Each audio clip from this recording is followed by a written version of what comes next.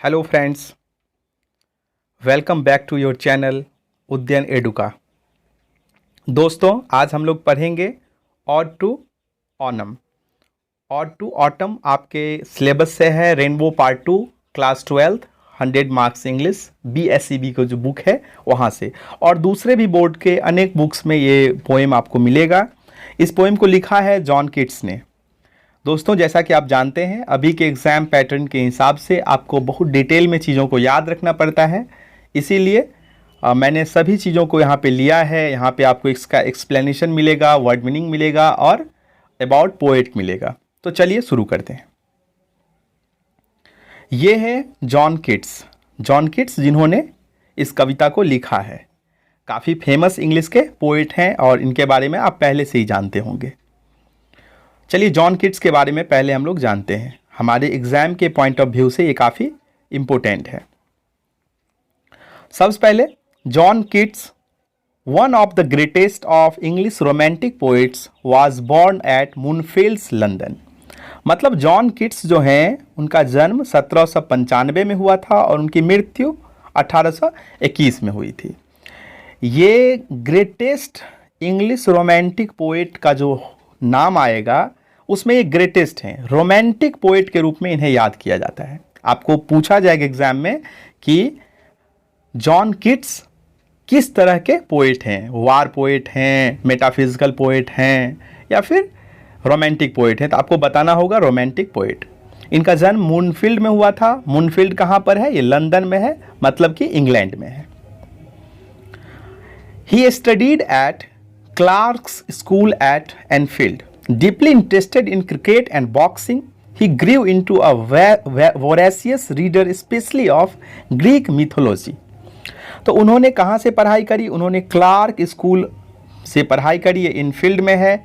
इनका बहुत ज़्यादा इंटरेस्ट था क्रिकेट खेलने में, बॉक्सिंग खेलने में, और ये एक बहुत अच्छे रीडर थे, खास करके ग्रीक मिथोलॉजी के। माइथोलॉजी क्या होता है सो जानिए। माइथोलॉजी ऐसा बुक होता है, या कह सकते हैं ऐसी कहानियाँ होती हैं, ऐसे लिटरेचर्स होते हैं जिसमें काल्पनिक आधार पर लिखा जाता है, जैसे अपने यहाँ पौराणिक कहानियाँ होते हैं उसी तरह से। He even started a translation of Virgil's Aeneid.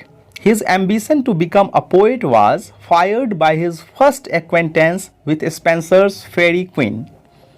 तो उन्होंने सबसे पहले क्या किया? उन्होंने एक ट्रांसलेशन किया, मतलब अनुवाद किया, वर्जिल्स एनिड। इस बुक का उन्होंने अनुवाद किया, और उनका जो पोएट बनने का एक एम्बिशन था, वो जो चाहते थे कि वो एक पोएट बने, उसको उड़ान तब मिलता है, मतलब उनका सपना जो है तब जाके उधर साकार करने की दिशा में आगे बढ़ते हैं, इनको जुनून आता है, जब इन्होंने स्पेंसर की लिखी हुई किताब फेरी क्वीन को पढ़ा। दोस्तों, फेरी क्वीन एक बहुत फेमस बुक है और स्पेंसर भी बहुत फेमस कवि हैं, उनकी ये किताब है, और इसे जब हमारे किट्स महोदय ने पढ़ा तो फिर उनको पोएट बनने का, कवि बनने का जो है जुनून उन पे सवार हो गया। उन्होंने फिर कविताएं लिखी, और पहली कविता जो था, his first poem lines in imitation of Spencer was published इन 1814। उनकी पहली कविता जिसका नाम है lines in imitation of Spencer, ये प्रकाशित कब हुई थी? 1814 में प्रकाशित हुई थी। मतलब हमसे अगर पूछा जाए कि जॉन किट्स के जीवन पे सबसे ज़्यादा प्रभाव किसका रहा, तो वो थे स्पेंसर महोदय।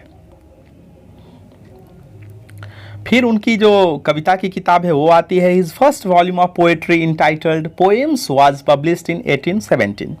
1817 में उनकी पहली किताब आता है, पहला किताब आया। और इससे पहले जो हमने इमिटेशन ऑफ स्पेंसर पढ़ा, वो उनकी कविता का नाम है, वो एक कविता मात्र था। लेकिन 1817 में उनका एक पूरा किताब आया, और किताब का नाम क्या था? किताब का नाम ही था पोएम। किताब का नाम ही था पोएम्स, सॉरी, किताब का नाम पोएम्स था। मतलब कि इनका पहला जो बुक था ना, उस बुक का ही नाम रखा गया था पोएम्स। ठीक है, सॉरी, थोड़ा सा PDF हमारा नीचे चला गया था। तो पोएम्स किताब को उन्होंने लिखा, और वो लिखा था 1817 में। ये पहली कविता की किताब थी इनकी। आगे देखते हैं कि his poem Endymion was appreciated by Wordsworth. It was published in 1818। फिर उनकी एक और कृति आती है, पोएम आता है एंडीमियन, और इस कविता को वर्डवर्थ ने खूब ज़्यादा प्रशंसा किया। मतलब वर्डवर्थ के बारे में आप जानते हैं, विलियम वर्डवर्थ अंग्रेजी लिटरेचर के बहुत महान कवि रहे हैं। इनकी कविता आपने 9th और 10th में पढ़ा भी होगा। तो उन्होंने इस कविता की खूब प्रशंसा कर डाली। और ये कविता कब आया था? ये कविता आया था 1818 ईस्वी में। आगे देखते हैं। इसे जॉन किट्स को, मतलब जॉन किट्स जो हैं, किट्स को हम लोग क्यों जानते हैं? तो किट्स को हम लोग उनके रोमांटिक पोइट्री के लिए जानते हैं और जानते हैं उनके ओड्स के लिए। देखिए ओड क्या होता है, सो पहले जानिए। ओड एक तरह का गीत होता है जिस गीत में हम किसी चीज़ की प्रशंसा करते हैं। सामान्य भाषा में ऐसे समझ सकते हैं। तो इनके कुछ ओड्स हैं। तो ode on indolence, ode on a Grecian urn, to Psyche, to a nightingale, on melancholy और ओड टू ऑटम, ये सब इनका ओड है और काफ़ी फेमस ओड्स वगैरह हैं। आपने अर्न के बारे में जानते हैं, जो किन्हीं को चिता किन्हीं का जलाया जाता है मृत्यु के बाद, और उससे जो राख होता है जिसे कलश में रखते हैं उसे अर्न कहते हैं। मतलब काफ़ी अच्छी अच्छी कविता इन्होंने लिखा। Made him a great romantic poet of English literature, और ये सभी ओड्स जो था उन्हें एक महान अंग्रेजी का कवि के रूप में हमें सामने लाया, और हम लोग उन्हें इंग्लिश के एक रोमांटिक पोएट के रूप में जानते हैं। फिर इन्होंने सो डिड लैमिया एंड हाइपेरियन, ये भी इनकी रचनाएं हैं, इसे भी इन्होंने बाद में जाकर के लिखा। तो इन सभी वर्क्स ने जॉन किट्स को रोमांटिक पोएट का एक टैग दिया। फिर जाके क्या होता है कि इनके बारे में जानते हैं। फिर आफ्टर जो है इनकी मृत्यु हो जाती है कुछ समय के बाद, और ये बहुत ही याद करने, एक समझने लायक बात है। आप समझ सकते हैं कि मात्र 1821 में 26 वर्ष की उम्र में इनकी मृत्यु हो गई थी। He died of tuberculosis in 1821 at the age of 26। मात्र 26 साल के उम्र में इनका निधन हो गया। और किस कारण से? ट्यूबरक्लोसिस के कारण से।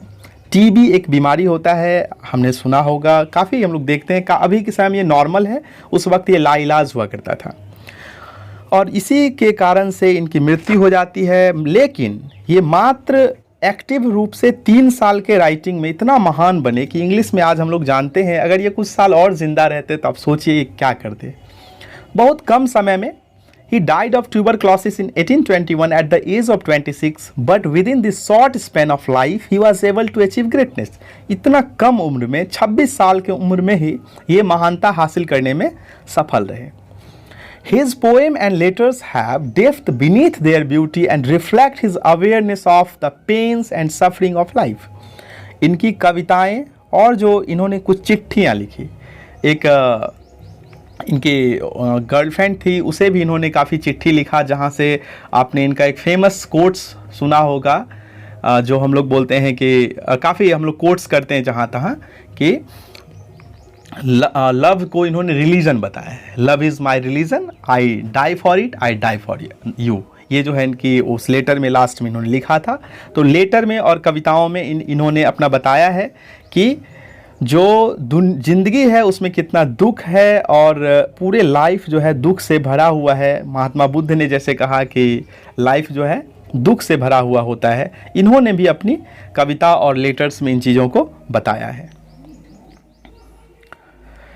To him a thing of beauty is a joy forever, ये बहुत ही फेमस लाइन है, और ये जो है सो इन्होंने बताया है। And beauty is truth, truth beauty, मतलब सुंदरता ही सच्चाई है, सच्चाई ही सुंदरता है, या सुंदरता जो है वो जीवन भर की खुशी है। ये सब जो लाइन है वो बताता है कि इन्हें रोमांटिक पोएट क्यों कहा जाता है। तो ये काफ़ी फेमस इनका कोट्स है, इनकी कविताओं से ही लिया गया है। और ये जो हमारा पोएम है जिसका नाम है ओड टू ऑटम, ये जो है ना, ये ब्यूटी और कैरेक्टरिस्टिक स्पिरिट, मतलब ऑटम का मतलब क्या होता है? ऑटम का मतलब होता है पतझड़। तो पतझड़ की जो सुंदरता है और उसका जो गुण है, इसको इस कविता में काफ़ी अच्छे से बताया गया है, और ओड टू ऑटम कविता इसी को कैरेक्टराइज करती है। Of memorable pictures exhibiting the principle of beauty in nature, जो प्रकृति की जो सुंदरता है उसे बहुत अच्छे अच्छे दृश्यों की मदद से दिखाया गया है, और इसमें कवि ने अपना पूरा जो मास्टरी है लैंग्वेज का उसे इन्होंने दिखाने का कोशिश किया है। चलिए कुछ वर्ड मीनिंग को देखते हैं। मैं स्लाइड करता हूँ, आप एक नज़र देते जाइएगा। आप चाहें तो पॉज करके भी वर्ड के मीनिंग को लिख सकते हैं। मैंने सभी वर्ड्स को लिया है।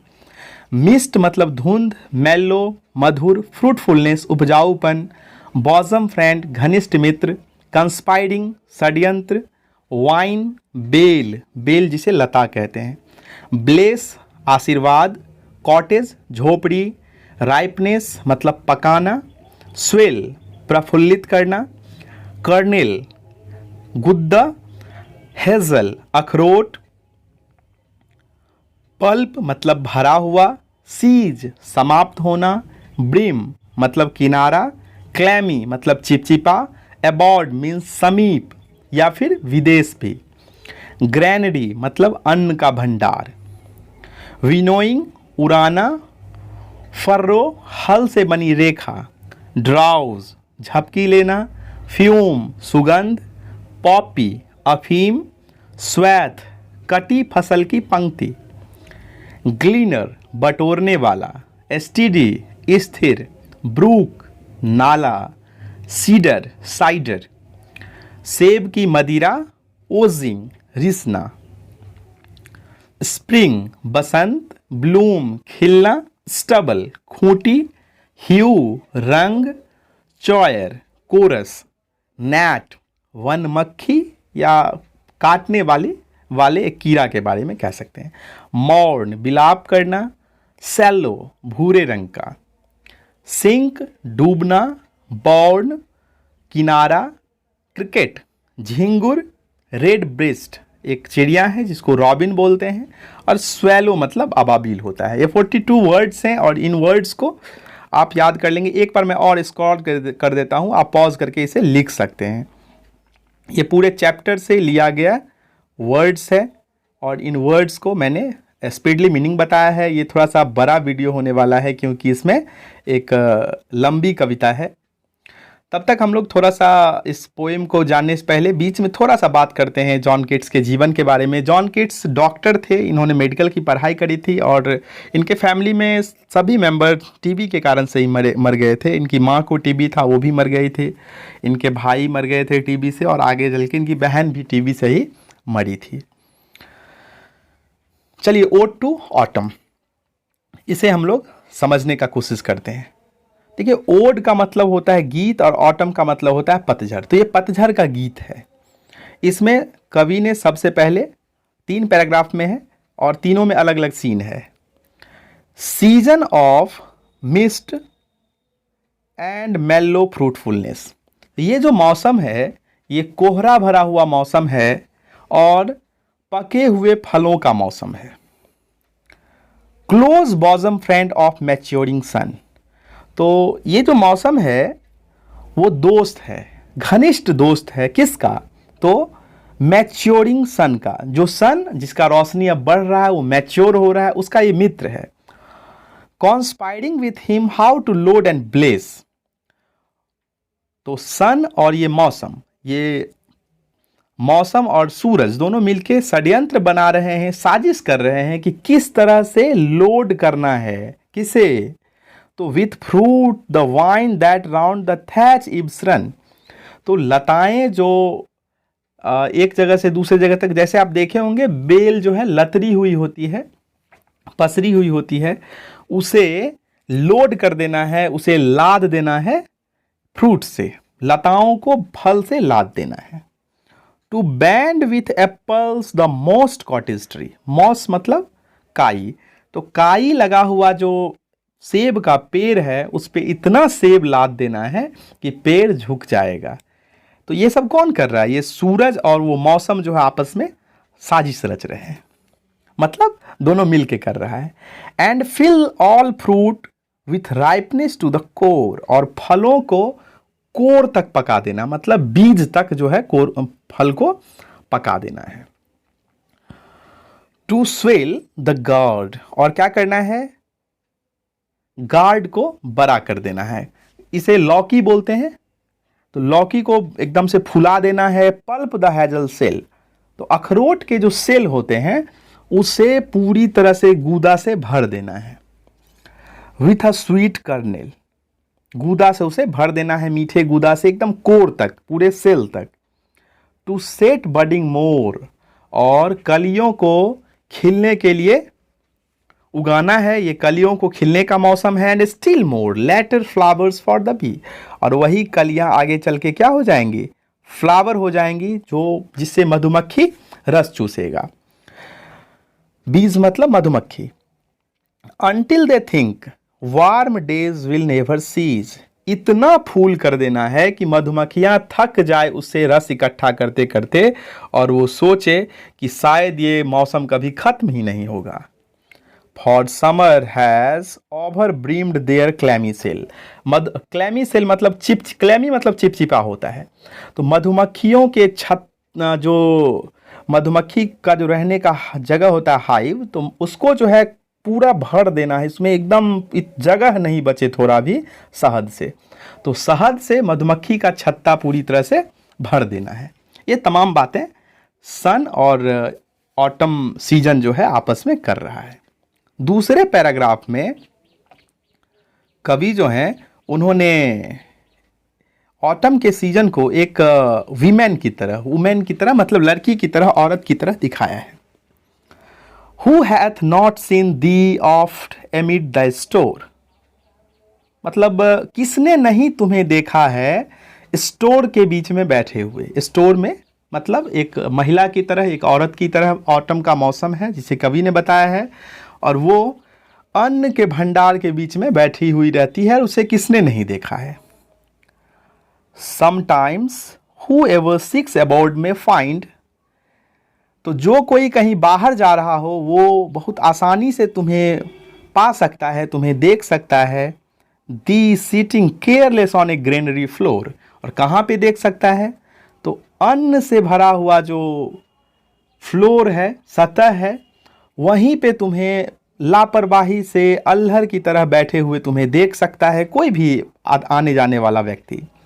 दाई soft hair lifted by winnowing wind, और जो हवाएं हैं जो चल रही है धीरे धीरे, हम जो अनाज को कभी कभी ऐसे ऐसे गिराते हैं तो हवा ऊपर के भूसा को उड़ा देती है, अनाज नीचे गिर जाता है, तो ये जो हवा होती है उसे ही विनोइंग विंड कहा जाता है। और इसी तरह उसके बाल जो हैं लहरा रहे हैं उस हवा में। किसे? ऑटम, जिसे कि औरत से तुलना किया गया है उसका। और on A half ribbed furrows sound A sleep, और तुम कहीं पे सोई हुई नजर आती हो, और आधा कटे खेतों में। देखिए फरो मतलब होता है हल की जो रेखा होती है ना, हल खेतों में हल चलाते हैं तो उसे रेखा बन जाती है, तो उसी को देखते हुए वहीं पे आधा जो खेत में किया गया है उसे देख के वहीं पे तुम सोई हुई नजर आ रही हो। Drowsed with the fume of poppies while they hook, तो ड्राउज मतलब होता है झपकी लेना, तो तुम झपकी ले रही हो, और क्यों ऊँघ रही हो? पॉपीज़ के फ्यूम से। फ्यूम मतलब सुगंध होता है, और पॉपी अफीम का पौधा होता है, ये नशा वाला एक पौधा है, तो उससे आने वाले सुगंध से लग रहा है कि तुम ऊँघ रही हो और स्लीपी लग रही हो, मतलब कि नींद में लग रही हो। While thy hook spares the next swath, मतलब कि तुम्हारा जो हुक है, मतलब जिसे हम लोग हसिया बोलते हैं, इसे काटते हैं, spares the next swath and all it twined flower, और तुम ऊँघ गई हो, तुम्हें नींद आ रहा है, तो तुमने एक पंक्ति को काटने के बाद, फसल को काटने के बाद अगली पंक्ति को तुमने छोड़ दिया है। नेक्स्ट स्वैथ मतलब अगली पंक्ति, फसल को काट के रखते हैं तो एक पंक्ति बन जाती है उसे, और उसके फूल जो हैं आपस में एक दूसरे से उलझे हुए हैं। And sometimes like a ग्लीनर thou dost keep a steady thy laden head across a brook, और कभी कभी तुम एक जैसे कि फसल को बीछने वाला जो होता है, चुनने वाला, उसकी तरह तुम उसे चुन के इकट्ठा करती हो और उसे अपने सर पे बैलेंस करते हुए, स्थिर होते हुए एक नदी के पार जाती हो। छोटे नदी को ब्रुक बोलते हैं। और a cider press with patient look, और देखिए साइडर प्रेस मतलब होता है, साइडर मतलब सेब से बना हुआ मदिरा होता है, शराब, और उसे बनाने के लिए, उसका रस निकालने के लिए एक मशीन आता है, और तुम उसी मशीन के पास, साइडर प्रेस के पास उसे देख रही हो ध्यान से, और thou watches the last oozing hours by hours, और तुम उस मदिरा को बनते हुए, उस सेब से निकलते हुए घंटों घंटों बैठ के देख रही हो। तो फर्स्ट पैराग्राफ में आपने देखा कि फलों के बारे में जिक्र किया गया, मौसम में कैसे फल फूल सब लदे होते हैं। दूसरे में ऑटम का जो तुलना है उसे एक स्त्री से किया गया है। और थर्ड पैराग्राफ में आते हैं, where are the songs of spring, वसंत के गीत कहाँ चले गए। कवि बोलते हैं कि बसंत के गीत कहाँ चले गए। आय वेयर आर दे, अरे कहाँ हुए, कहाँ है वे। आप देखते होंगे कि वसंत पे ज़्यादातर लिखा जाता है, इन्होंने ऑटम पे लिखा। ये बोलते हैं कि बसंत का गीत कहाँ गया। थिंक नॉट ऑफ दैम, फिर बोलते हैं कि think not of them thou has thy music too, मतलब फिर बोलते हैं कि आपको नहीं सोचना है, ऑटम को बोलते हैं तुम्हें नहीं सोचना है वसंत के गीत के बारे में, क्योंकि तुम्हारे पास अपना म्यूजिक है, तुम्हारा अपना संगीत है। While bird cloud bloom the soft dying day, जब बादल जो धीरे धीरे निकलता है आसमान में, और जब शाम के वक्त में जब सूरज जो है सो अस्त होने लगता है और बादल आकाश में नज़र आते हैं, and touch the stubble plains with rosy hue, और उस वक्त लाल लाल जो उसका किरण होता है, वो लाल किरणें, लाल एक रक्तिम प्रकाश में जो है वो टच करता है स्टबल प्लेन को। देखिए पेड़ से आप फसल आप खेत से काट लीजिएगा तो उसका जड़ के साथ कुछ खूंटी जैसा बच जाता है, तो जो प्लेन है वो पूरा रोजी ह्यू मतलब लाल रंग में नहा जाता है। ये सब खूबसूरती है ऑटम की। Then in a wailful choir the small gnat mourn, और फिर बहुत दुख भरी आवाज़ में मानो एक वो कीड़ा जो है वो विलाप करने लगता है, उसकी आवाज़ लगती है कि वो विलाप कर रहा है। Among the river shallows born aloft, और वो नदी में जो घास, नदी में पेड़ निकल आते हैं थोड़ा थोड़ा जड़ वाला ऊपर ऊपर से, उस पे वो मक्खियाँ, वो मच्छर बैठे हुए हैं, कीड़े, और वहाँ से वो आवाज़ कर रहे हैं। वो आवाज़ सुन के ऐसा लगता है, और sinking as the light wind lives और डाई, और ऐसा लगता है जैसे लहर की तरफ ऊपर नीचे होती है, आवाज़ कभी अधिक कभी कम हो जाता है उस नेट का आवाज़, मतलब उस कीड़े का आवाज़। आगे बताया उन्होंने कि and full grown lambs loud bleat from hilly bourn, और पहाड़ की तरफ से, पहाड़ी से नीचे की तरफ आते रहता है मेमना वगैरह, भेड़ और बकरी वगैरह, और उसका एक अलग ही आवाज़ होता है। हेज क्रिकेट सिंग, और झिंगुर गाने लगता है। And now with terrible soft, काफ़ी कर्कश आवाज़ में झिंगुर गाता है। The red breast whistle from a garden croft, और रेड ब्रेस्ट मतलब रॉबिन चिड़िया जो है वो गाने लगती है बगीचे में, और उसका वो जो है सीटी निकालने जैसा उसका आवाज़ होता है। And gathering swallows Twitter in the sky, और बहुत सारा अबाबील जो है आकाश में इकट्ठा होकर के ट्विटर करने लगता है, मतलब चहचहाने लगता है। देखिए दोस्तों, इसमें फर्स्ट में तो आपने देखा कि उन्होंने प्रकृति का वर्णन किया है, उसमें क्या क्या मिलता है उसका वर्णन किया है। सेकेंड पैराग्राफ में ऑटम के सीजन की तुलना जो है कवि ने एक औरत से की है, और तीसरे पैराग्राफ में माइग्रेशन को दिखाया गया है, एक ऑटम के संगीत को दिखाया गया है जहाँ पे झिंगुर गाता है, अबाबील आता है, मतलब ठंडा के मौसम में जो चिड़िया वगैरह चला गया था दूसरी जगह माइग्रेशन में, वो भी वापस आ गया है, भेड़ वगैरह पहाड़ पे चढ़ने जाती है, फसल कट चुका है, तो ये एक उसका संगीत होता है। एक बेहतरीन कविता है। उम्मीद करता हूँ कि आपने इस कविता से कुछ सीखा होगा, और आप जो है सो एकदम स्टे करें, ट्विंड करें, और मैं बहुत जल्दी जो है आपको सारे के सारे वीडियो को प्रोवाइड करा दूंगा। तो आपको कैसा लगा आप कमेंट बॉक्स में बताएं, और फिर मिलते हैं नेक्स्ट वीडियो में। Very very very thank you.